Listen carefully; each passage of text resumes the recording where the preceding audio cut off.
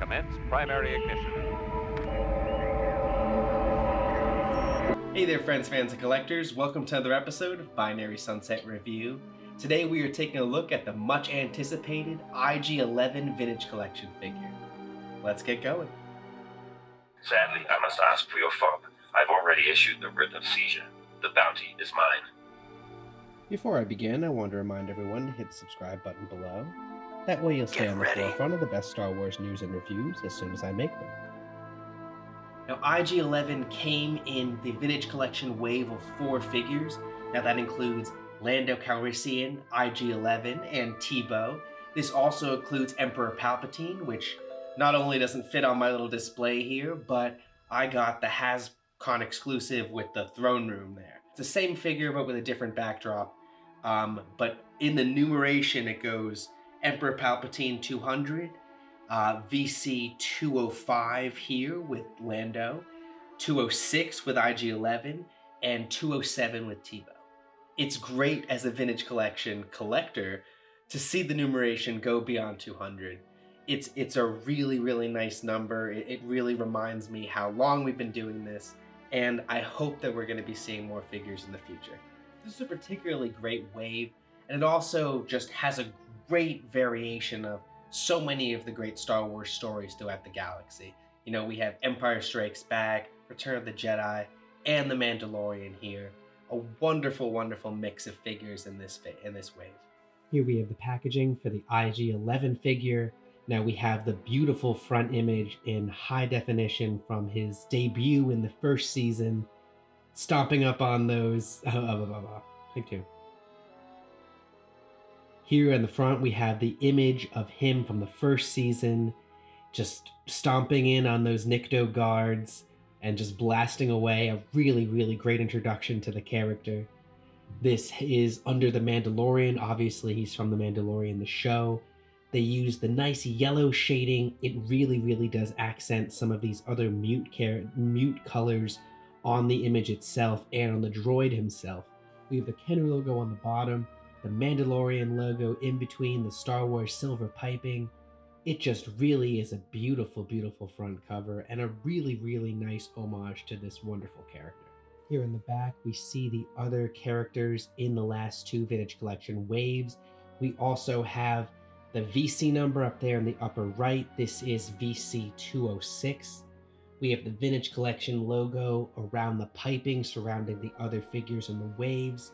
Disney logo on the bottom and the Hasbro logo on the bottom right. But let's free him from his bubble. Here we have a first impression of RG-11 out of the box. I gotta say, he really has some amazing, amazing detail, and the painting is just particularly well done. I have him posed in this really, really nice kind of stance here, and it was quite easy to do. The articulation is really, really, really well done for our little spindly friend here.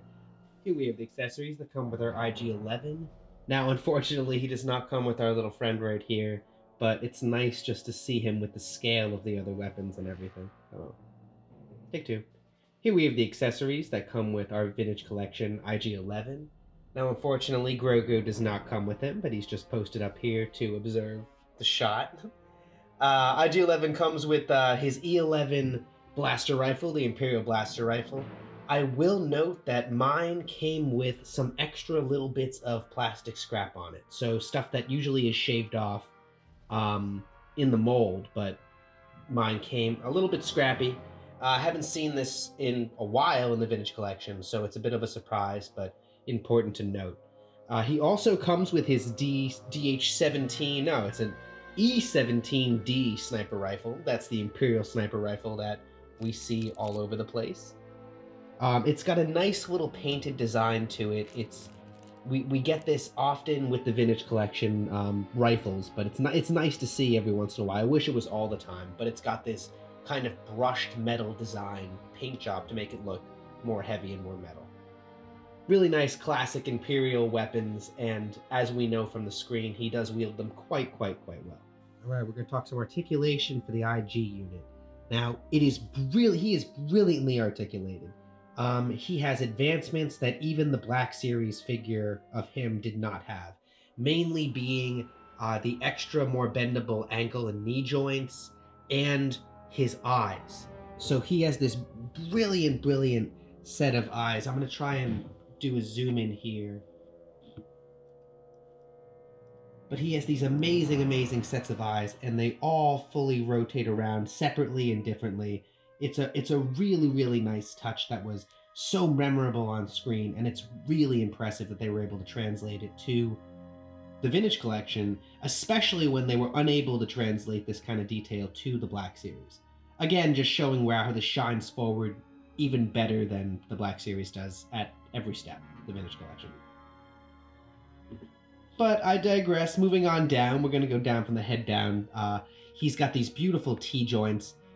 It's a little bit loose, this one. I use museum wax to kind of preserve some of the joints and hold some of these spindly arms in place a little bit better.